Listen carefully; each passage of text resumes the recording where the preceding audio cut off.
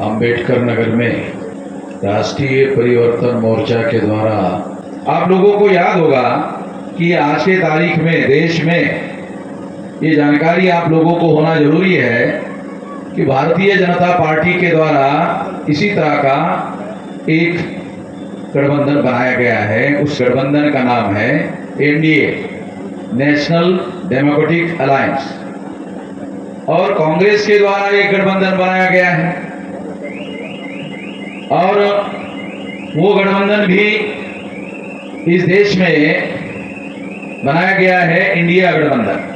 एक एनडीए गठबंधन है और एक इंडिया गठबंधन है, और ये दोनों गठबंधन जिन लोगों के द्वारा बनाए गए हैं उसके बारे में हम लोगों को जानना और समझना जरूरी है। साथियों, इस देश में मुगल आए थे विदेश से, उन्होंने कई सालों तक भारत पर राज किया, चले गए। इस देश में अंग्रेज आए, अंग्रेज लोग चले गए। मुगलों और अंग्रेजों के पहले 2000 साल पहले ब्राह्मण भारत में आए। ये हम नहीं कह रहे, ये जो डीएनए का रिसर्च हुआ उसके अनुसार ये प्रमाणित हुआ और ये सिद्ध हुआ कि ब्राह्मण लोग भारत के मूल निवासी नहीं है, वो विदेश से आए हुए हैं और वो लोग अभी भी भारत में जमे हुए हैं, गए नहीं है। उनकी संख्या देश में 3.5% है, ज्यादा नहीं है, 3.5% है। उत्तर प्रदेश में थोड़ा ज्यादा है, उत्तर प्रदेश में 8.5% है। उत्तर प्रदेश में 8.5% है, तो किसी राज्य में ज्यादा परसेंट है और किसी राज्य में 3.5% से भी कम है। अगर आप साउथ में जाओ, केरला में जाओ, तो आधा परसेंट, 1% मिलेगा, 2% मिलेगा, 1.5% मिलेगा, मगर सारे देश भर में इन लोगों की संख्या 3.5% है। 3.5% लोगों को ये बात जो आप लोगों के सामने मैं बता रहा हूं कोई भी नहीं बताता है, जो नहीं बता रहा है वो बता रहा हूं। 3.5 पार्टी के लोगों ने भारतीय जनता पार्टी बनाई, 3.5% लोगों ने कांग्रेस बनाई, ये ध्यान रखो। और 3.5% के ही लोग, मान लो एग्जाम्पल के लिए गांव में ग्राम पंचायत का चुनाव लड़ते हैं, तो 3.5% का आदमी जिनके वोट 3.5 है उनका एक भी ग्राम पंचायत में सदस्य चुनकर नहीं आ सकता, तो गांव का सरपंच बनने का सवाल नहीं है। जो गांव का सरपंच नहीं बना सकते वो देश की पंचायत का प्रधानमंत्री नॉमिनेट कर रहे हैं। ये जो नरेंद्र मोदी है ये पिछड़े वर्ग का आदमी है, गुजरात का आदमी है, पिछड़े वर्ग का आदमी है और तेली जाति का है, ऐसा गुजरात के लोगों ने मुझे बताया, पिछड़े वर्ग के लोगों ने मुझे बताया। मैंने पिछड़े वर्ग के लोगों को पूछा भी कौन से जाति का है, कहा कि तेली जाति का है, पिछड़े वर्ग का है। तो ब्राह्मणों ने मनुस्मृति में लिख कर रखा है कि तेली का मुख देखने से ब्राह्मणों का पूरा दिन खराब हो जाता है और शाम के समय में नहाना पड़ता है। अगर शाम के समय में नहीं नहाया तो उसका बहुत ज्यादा खराबी हो जाती है, ऐसा ब्राह्मणों का मानना है। अब ब्राह्मणों ने क्या किया, उसी को प्रधानमंत्री का कैंडिडेट बनाया, उसी को प्रधानमंत्री बनाया जिसका मुख नहीं देखना चाहिए बोल रहे, वो 24 घंटे साले उसी का मुख देख रहे, 24 घंटे उसी का मुख देख रहे, मगर नहा रहे कि नहीं नहा रहे इसका कोई सारा खबर ही नहीं आ रही। नहा रहे कि नहीं नहा रहे उसकी कोई खबर नहीं है, कोई जानकारी नहीं है। तो ये जो लोग हैं, ये लोग हमारे लोगों को वर्गलाने का काम कर रहे हैं और हमारे में से ही एक पिछड़े वर्ग के आदमी को, क्योंकि ब्राह्मणों को मालूम है 3.5% लोगों के वोटों के आधार पर ग्राम पंचायत का सरपंच नहीं बनाया जा सकता, तो देश के पंचायत का प्रधानमंत्री कैसे बनाएंगे, इनको मालूम है। इसलिए जिनकी संख्या 52% है ओबीसी की, उसका आदमी देश का प्रधानमंत्री बनाने के लिए कैंडिडेट बनाया था। आज से 10 साल पहले। तो जो आदमी 2014 में प्रधानमंत्री बना, पिछड़े वर्ग का है, प्रधानमंत्री बना, मगर उसने पिछड़े वर्ग के लोगों की आज तक गिनती नहीं की। फिर मोदी को पूछो भाई देश में कुत्ते कितने हैं? कहा इसकी संख्या हमारी सरकार के पास है। क्यों? कहा गिनती किया हुआ है। अच्छा, उसमें वो काटने वाले कुत्ते कितने? कहा उसकी भी संख्या हमारी सरकार के पास है। अच्छा, सज्जन वाले कुत्ते कितने हैं? आप लोग सोचते हैं कि साले पहली बार ही सुन रहे कि कुत्ते भी सज्जन होते हैं। कुत्ते भी सज्जन होते हैं, क्योंकि जो कुत्ता आपके ऊपर भौंकता है उसको सज्जन नहीं कहा जा सकता। जो कुत्ता आपको काटता है उसको सज्जन नहीं कहा जाता। मगर कभी कभी आप किसी के घर में जाते हो, कुत्ता आपके पास आता है और आपको चाटने लगता है, आपका अनुभव होगा। फिर आप भी उसके सर के ऊपर से हाथ घुमाते हैं, फिर भी वो कुछ नहीं करता है, तब अब अरे सज्जन कुत्ता है।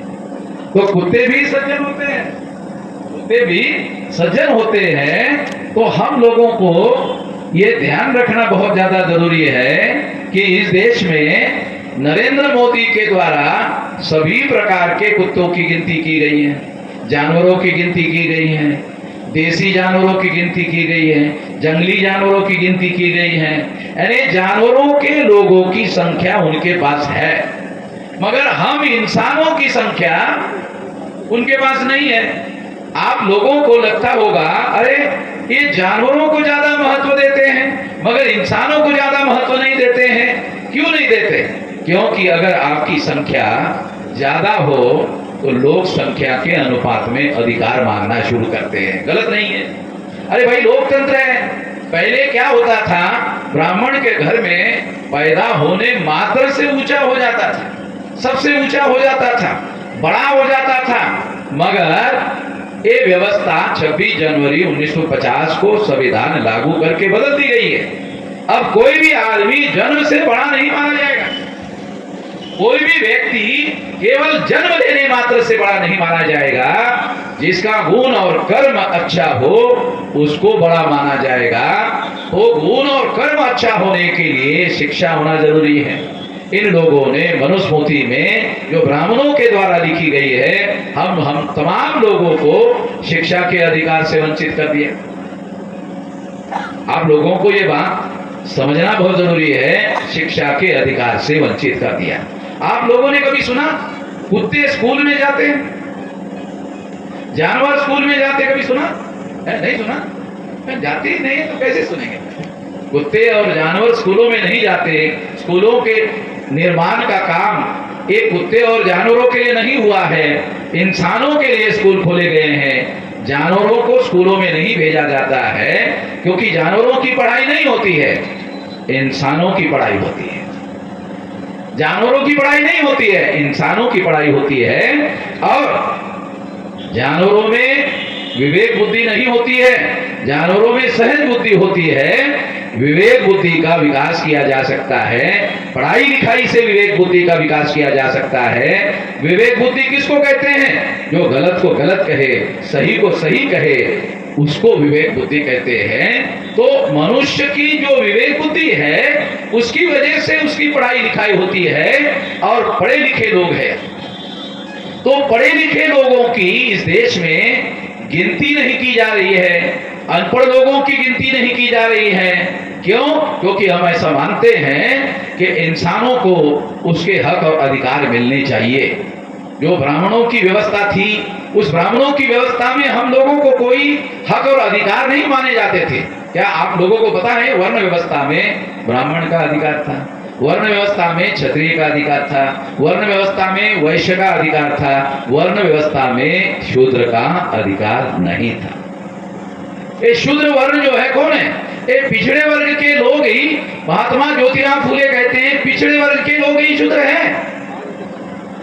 शेड्यूल कास्ट के लोग शूद्र नहीं है, शेड्यूल कास्ट के लोग तो अछूत है। ये भी हमारे पढ़े लिखे लोगों को समझ में नहीं आता कि शूद्र में और अछूत में क्या फर्क है। शूद्र जो है वो ब्राह्मण लोग उसको छू सकते हैं, जो शेड्यूल कास्ट के लोग हैं उसको वो छूते नहीं है, उसके घर का खाना नहीं खाते, पानी नहीं पीते। तो इस तरह से अगर सभी लोगों को वो अछूत घोषित कर देते तो खाते किसके घर में? यजमान जजमान वाला सिद्धांत कैसे लागू हो जाता।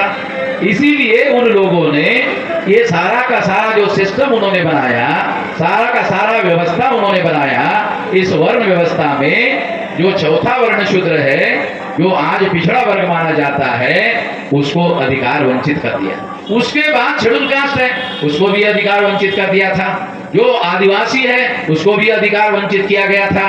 26 जनवरी 1950 को संविधान लागू हुआ और संविधान ने ये घोषित किया, सारे इंसान बराबर है, कोई ऊंचा नहीं है, कोई नीचा नहीं है, सारे इंसान बराबर है और सारे इंसानों को बराबरी का अधिकार है। इसलिए सभी लोगों को जिसकी उम्र 21 साल है उनको वोट का अधिकार बहाल किया गया। तो आज यहां चाहे पढ़ा लिखा हो चाहे अनपढ़ हो, उसको वोट का अधिकार मिला। जब राउंड टेबल कॉन्फ्रेंस में बाबा साहब अम्बेडकर गए तो गांधी जी और कांग्रेस के लोग भी गए थे। वो सभी लोगों को बराबरी का अधिकार देने के पक्ष में नहीं थे, सभी लोगों को वोट का अधिकार देने के पक्ष में नहीं थे। ये बाबा साहब अम्बेडकर ने कहा कि सभी लोगों को बराबरी का अधिकार होना चाहिए, सभी लोगों को वोट का अधिकार होना चाहिए। अंग्रेज लोग कहते थे कि जिनके पास संपत्ति है उनको वोट का अधिकार होना चाहिए, जो टैक्स पे करते हैं उनको वोट का अधिकार होना चाहिए, केवल पढ़े लिखे लोगों को वोट का अधिकार होना चाहिए। बाबा साहब अम्बेडकर ने कहा मैं इसका विरोध करता हूं। केवल संपत्ति के आधार पर, केवल टैक्स देने के आधार पर, केवल पढ़ाई लिखाई के आधार पर अगर आप वोट का अधिकार देते हो तो ये बात हमारे लोगों के खिलाफ है, क्योंकि आप लोग केवल पढ़े लिखे लोगों को वोट का अधिकार देना चाहते हो। हजारों सालों से हम लोगों को पढ़ने लिखने का अधिकार नहीं दिया है, तो क्या हमको वोट का अधिकार नहीं मिलेगा? अंग्रेजों ने बाबा साहब अम्बेडकर का जो विरोध किया तो बाबा साहब अम्बेडकर को पूछा कौन सा आधार है, वोट देने का आधार क्या है, वोट देने का आधार क्या है? तो बाबा साहब अम्बेडकर ने अंग्रेजों को कहा देखो हमारे देश में 20 साल का लड़का होता है, लड़की होती है, उसकी शादी होती है और साल भर में उसके घर में बच्चा पैदा होता है। तो जो आदमी 21 साल की उम्र में अपने घर में बच्चा पैदा कर सकता है, क्या उसको वोट का अधिकार नहीं मिलना चाहिए? क्या उसको वोट का अधिकार नहीं मिलना चाहिए? क्योंकि कानून के अनुसार वो प्रौढ़ माना जाना चाहिए, इसलिए प्रौढ़ मताधिकार आया। अभी जो मताधिकार आया उसको क्या कहा जाता है? प्रौढ़ मताधिकार। अंग्रेजी में बाबा साहब अम्बेडकर ने कहा था एडल्ट फ्रेंचाइज, प्रौढ़ मताधिकार।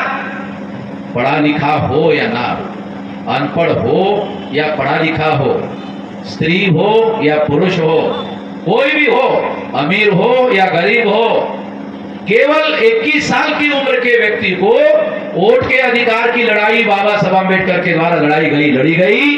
उसके बाद में 18 साल का हुआ। अभी 18 साल का जो व्यक्ति है उसको वोट का अधिकार दिया गया है।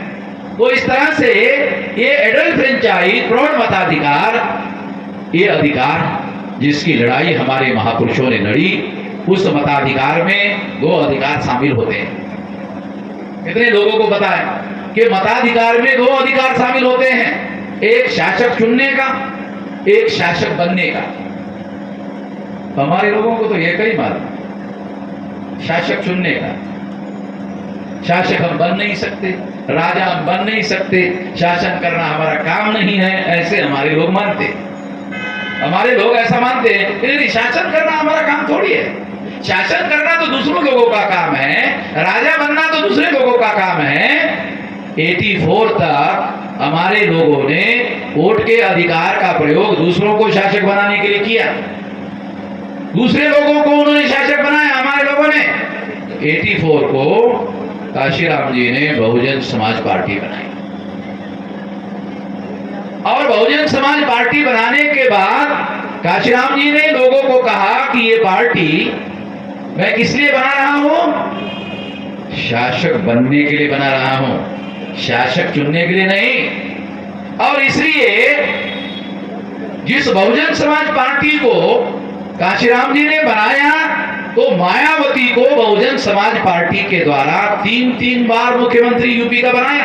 आप लोगों के यूपी का उदाहरण दे रहा हूं। जो लोग ऐसा सोचते थे शासक बनना हमारा काम नहीं है, तो 3-3 बार काशीराम जी ने मायावती को मुख्यमंत्री बनाया। ये आपके उत्तर प्रदेश का उदाहरण है। और ये सिद्ध कर दिया कि हम भी शासक बन सकते हैं।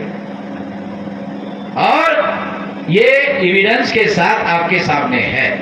तो इस तरह से वोट के अधिकार में शासक चुनने का अधिकार और शासक बनने का अधिकार, दो अधिकार शामिल है। एक शासक चुनने का है, एक शासक बनने का है। तो हम लोगों को जब दो अधिकार वोट के अधिकार में शामिल है, तो शासक बनने के लिए वोट के अधिकार का उपयोग करना चाहिए। पहले के जमाने में लोग शासक तलवार चलाकर खून खराबा करके बनते थे। बहुत खून खराबा होता था, मारकाट होती थी, बहुत खून बहा करता था, युद्ध होता था।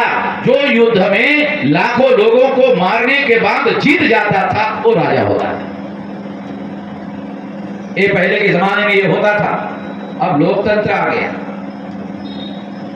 और राजा कैसे बनता था ये भी थोड़ा बता दो। राजा कैसे बनता था? राजा के घर में ही राजा पैदा होता था। गरीब के घर में राजा पैदा नहीं होता था, राजा के घर में ही राजा पैदा होता था। अगर राजा के घर में लूला लंगड़ा ही बच्चा पैदा हो जाए तो भी वो ही राजा माना जाता था।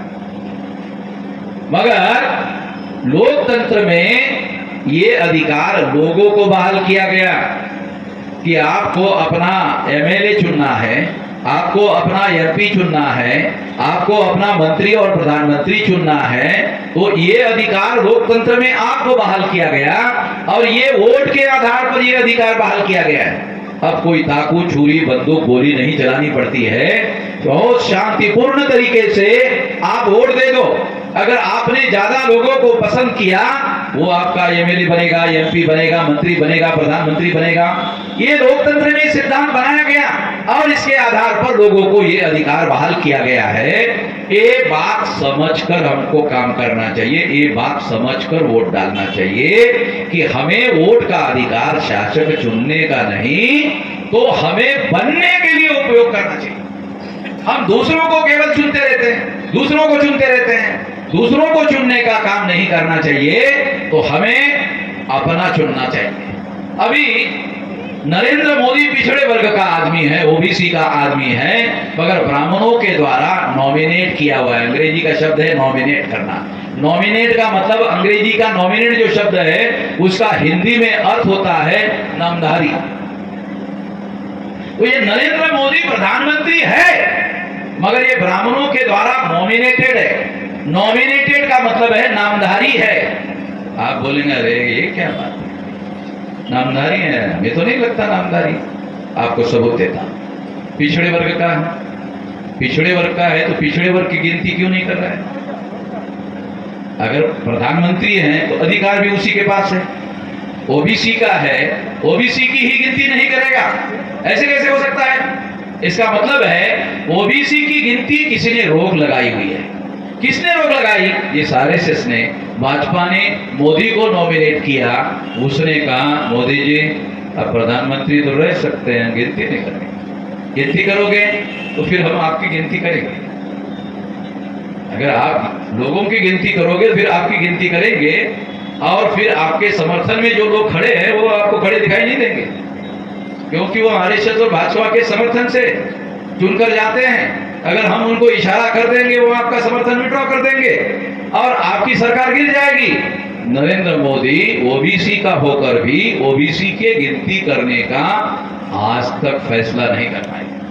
सबूत के तौर पर बोल रहा हूं, काल्पनिक बात नहीं बोल रहा हूं। इसका मतलब यह है कि नरेंद्र मोदी के ऊपर भी एक सरकार है। नरेंद्र मोदी के पास पावर है, हम मानते हैं, मगर मोदी के ऊपर भी एक पावर है। वो पावर नरेंद्र मोदी को कुछ करने की इजाजत देती है और कुछ करने की इजाजत रोक लगा देती है। कौन सी चीजों को रोक लगा देते हैं? जो एससी, एसटी, ओबीसी माइनॉरिटी के फायदे की बातें हैं उसको रोक लगा देते हैं, और उसके जो हक और अधिकार है। अब देखो, जब से नरेंद्र मोदी की सरकार आई, देश में एक चीज की चर्चा हो रही है, आप लोग भी अखबार में, टीवी में देखते हो। वो कौन सी चर्चा? हिंदू मुसलमान, हिंदू मुसलमान, हिंदू मुसलमान। हिंदू मुसलमान, इसी की चर्चा हो रही है। संविधान में आपको शेड्यूल कास्ट के नाम पर अधिकार है, संविधान में आपको शेड्यूल ट्राइब के नाम पर अधिकार है, संविधान में आपको ओबीसी के नाम पर अधिकार है। अगर संविधान में एससी एसटी ओबीसी के नाम पर अधिकार है और चर्चा चलेगी हिंदू मुसलमान हिंदू मुसलमान हिंदू, हिंदू के नाम पर तो कोई अधिकार है नहीं। आ रहा समझ में आ रहा है?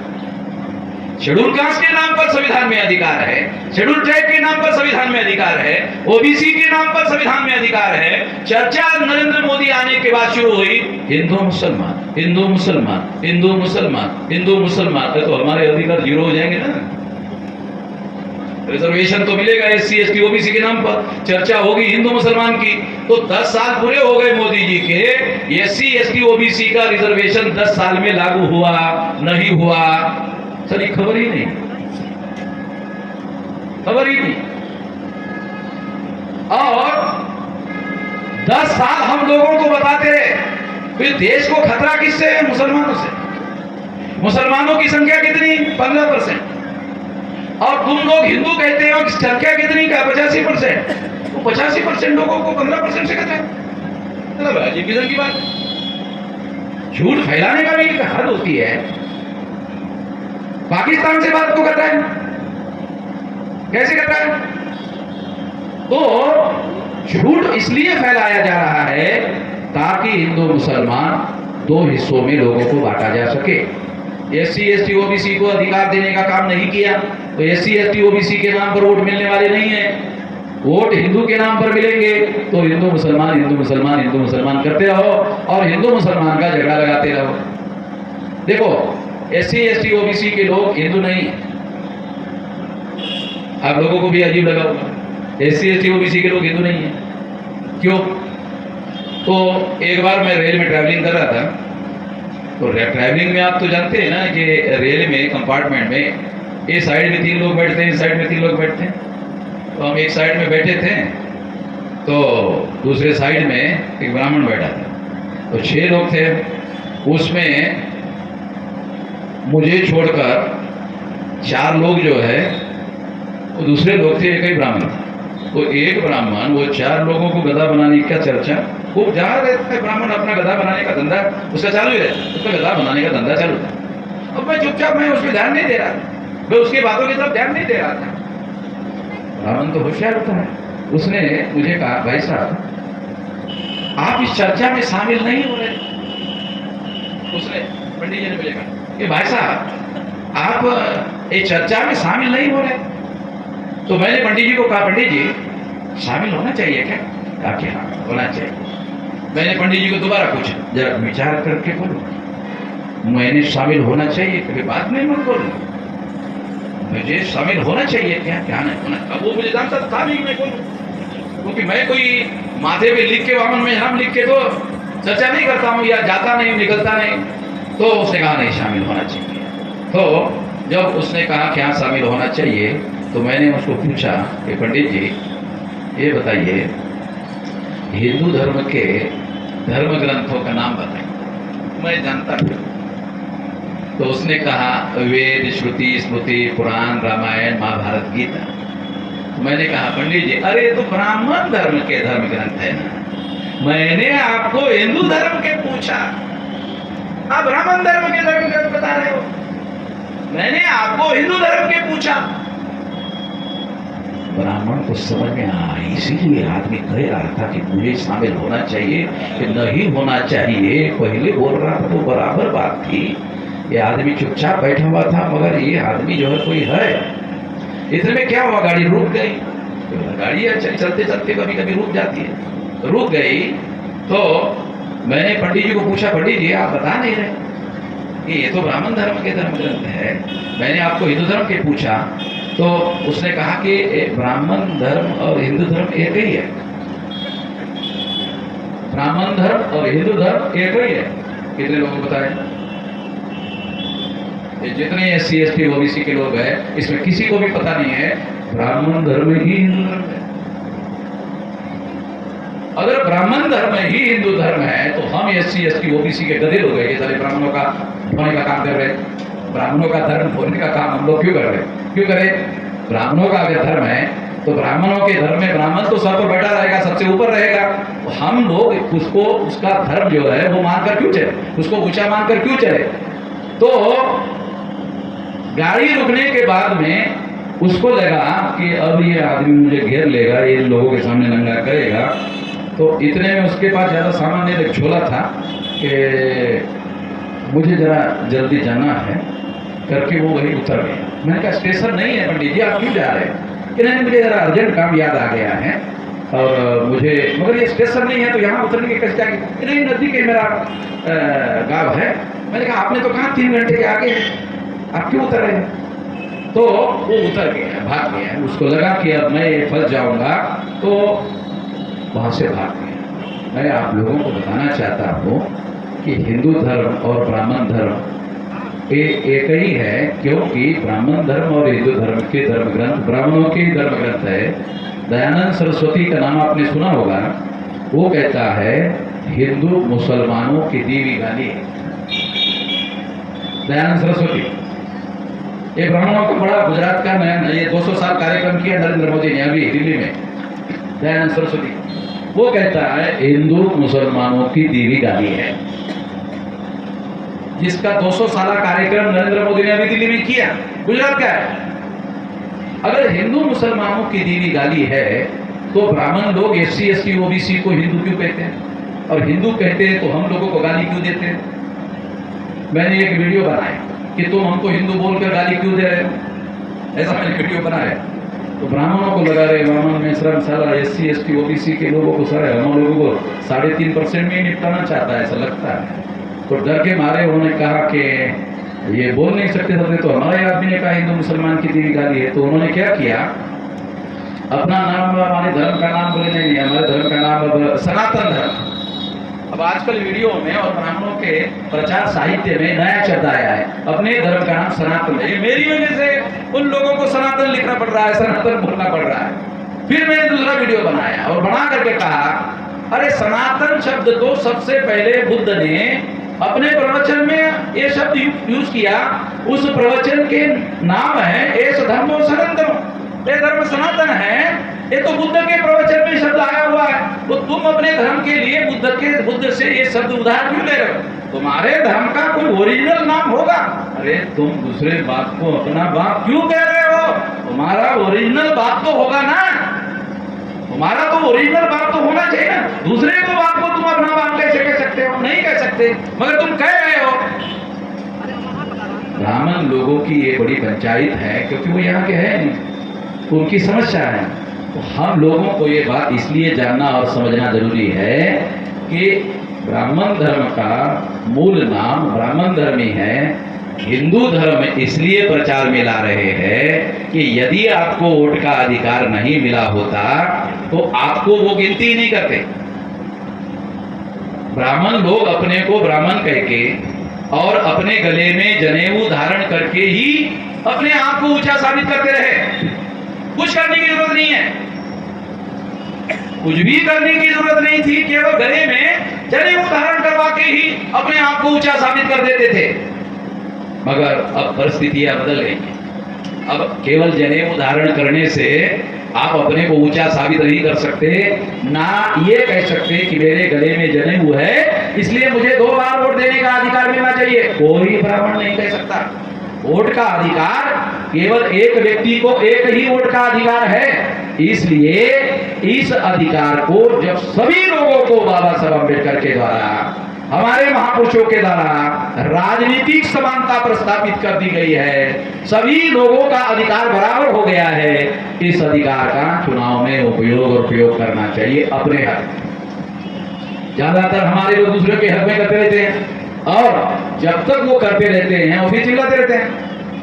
चुनाव के बाद में जिनको चुनकर देते हैं वो उनके पिछवाड़े लाते मारते रहते हैं, फिर चिल्लाते रहते हैं। वही लोग उनको चुनते रहते हैं, वही थोड़ा बहुत पैसा देकर चुनते रहते हैं, पैसा लेकर वोट ले देते हैं। तो वोट का अधिकार आप उन लोगों को देते हैं, देने के बाद वो सत्ताधारी शासक वर्ग बन जाता है, फिर माँ बहनों पर बलात्कार करते हैं, तो फिर आप लोग, हमारे लोग चिल्लाते रहते हैं। हम लोगों को वोट के अधिकार के द्वारा चाकू छुरी बंदूक गोली चलाए बगैर केवल वोट डालने से, शांतिपूर्ण तरीके से वोट डालने से हम अपना लोग शासक वर्ग बना सकते हैं। ये करना चाहिए। ये करने के लिए मैं आप सभी लोगों को अपील करता हूं। इस मौके पर मैं इतना ही कहना चाहता हूं। आपने मेरी बात ध्यान से सुनी, इसके लिए आभार, धन्यवाद।